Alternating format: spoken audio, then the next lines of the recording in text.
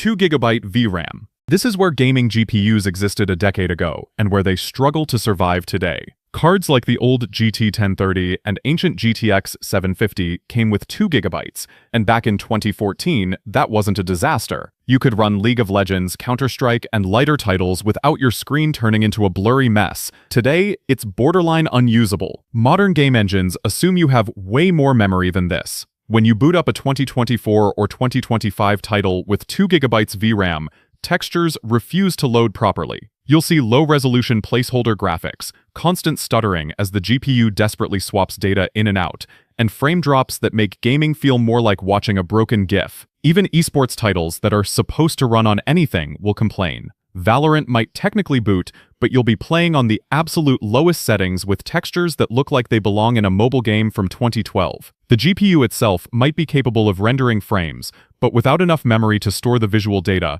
performance falls off a cliff. If you're looking at a GPU with 2 GB VRAM in 2026, you're essentially looking at electronic waste. It won't game, it won't edit, and it barely functions for anything beyond displaying your desktop. This tier exists purely as a reminder of how far we've come. 4 GB VRAM. Around 2018 to 2019, 4 GB felt like the sweet spot for budget gaming. Cards like the GTX 1650 and RX 5500 XT shipped with this amount, and they handled 1080p gaming reasonably well. You could play Fortnite, Overwatch, and older AAA titles on medium settings without major issues, but modern games have moved on aggressively. Today's AAA titles are built with high-resolution textures that assume you have significantly more VRAM. When you try running something like Starfield or Hogwarts Legacy on a 4 GB card, the game will technically launch, but you'll immediately hit a wall. Textures get downgraded automatically, and you'll see constant pop-in where objects suddenly appear in front of you because the GPU couldn't load them in time. At 1080p on medium settings, you can still squeeze playable performance out of esports titles like CS2 or Apex Legends. But anything recent that demands high-quality assets, you're going to struggle. The GPU might have enough processing power to hit decent frame rates, but the moment you try enabling higher texture quality or increasing draw distance, everything collapses. In 2026, 4 GB is the absolute floor for gaming, and even then, you're compromising heavily. It's fine for older games or lightweight competitive titles, but if you're planning to play anything released in the last 2 years, you'll spend more time adjusting graphics settings than actually enjoying the game. Quick question, how much VRAM does your GPU have? Drop it in the comments. 6 GB VRAM.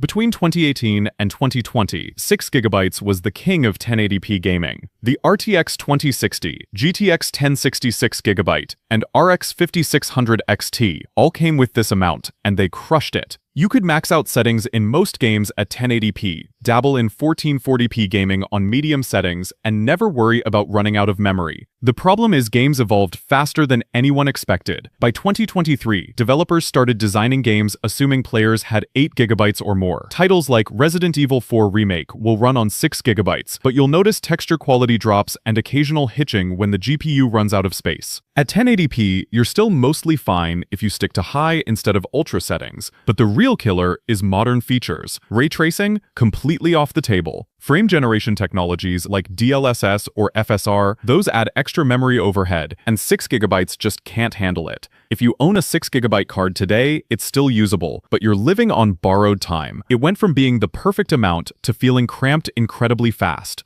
8 GB VRAM. This is where things get controversial. Cards like the RTX 3070, RTX 4060, and RX 6600 XT all ship with 8 GB, and the debate over whether that's enough has never stopped. For 1080p gaming, 8 GB handles almost everything smoothly. You can max out settings in most games, enable ray tracing in lighter titles, and keep background apps running without issues. The problem shows up at 1440p, especially in newer AAA games. Titles like Call of Duty or Alan Wake 2 will push past 8 GB at ultra settings, forcing you to drop texture quality or deal with stuttering. And 4K? Forget it unless you're fine with medium textures and compromised visuals. The GPU itself might have the horsepower to run these games, but the memory bottleneck kills performance. What makes this frustrating is that many 8GB cards are genuinely powerful. The RTX 3070 can handle 1440p gaming beautifully, but in certain scenarios, it runs out of VRAM before it runs out of processing power. That's a design choice that angered a lot of people, especially since competing AMD cards at similar prices often came with 12GB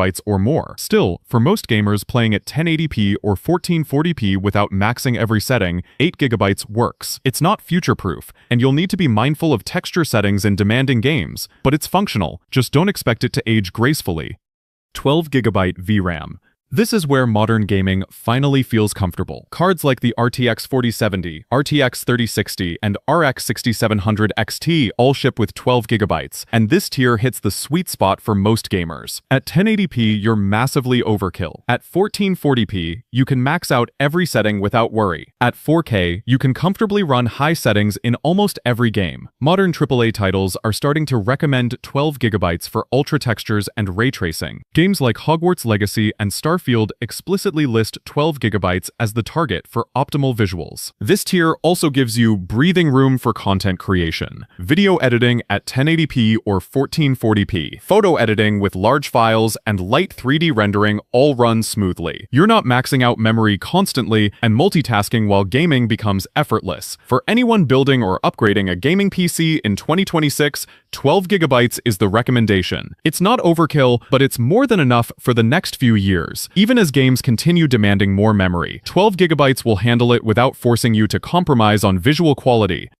16GB VRAM. This is where gaming meets professional workflows. Cards like the RTX 4060 Ti 16GB, RX 7800 XT, and RTX 4070 Ti Super come with this amount, and suddenly limitations disappear. At 4K Ultra settings with ray tracing enabled, everything runs smoothly. Heavy texture packs, high-resolution mods, and demanding visual features don't even make the GPU flinch. But the real advantage is for creators. Editing 4K video timelines and running Blender with complex 3D scenes all benefit from having this much memory. You're no longer thinking about whether your GPU can handle something, it just does. For gamers who also stream or record their gameplay, 16GB removes any worry about multitasking. Running OBS, Discord, a browser with dozens of tabs, and a demanding game simultaneously, no problem. The VRAM can handle all of it without performance dropping. If you're planning to keep your GPU for 5+ years or you do any kind of creative work alongside gaming, 16GB is the smart choice. It's more expensive upfront,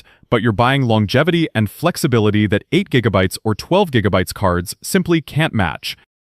24GB VRAM. Cards like the RTX 4090, RTX 3090, and RTX 3090 Ti come with 24GB, and at this point, you're not just gaming, you're rendering, creating, and pushing professional workflows. Every game at 4K Ultra with ray tracing maxed runs flawlessly, but more importantly, creative work thrives. Video editors working with 8K footage or heavy effects no longer worry about memory limits. 3D artists rendering massive scenes in Blender or Unreal Engine can work without constant crashes or slowdowns. For pure gaming, 24GB is overkill. But if you're a content creator, streamer, or professional who uses their GPU as a primary work tool, this tier makes sense. You stop thinking about what's possible and just work. Projects don't slow down, apps don't crash, everything just runs. This is also the tier where your GPU becomes a long-term investment. While 8GB cards are already feeling pressure, 24GB will remain relevant for years.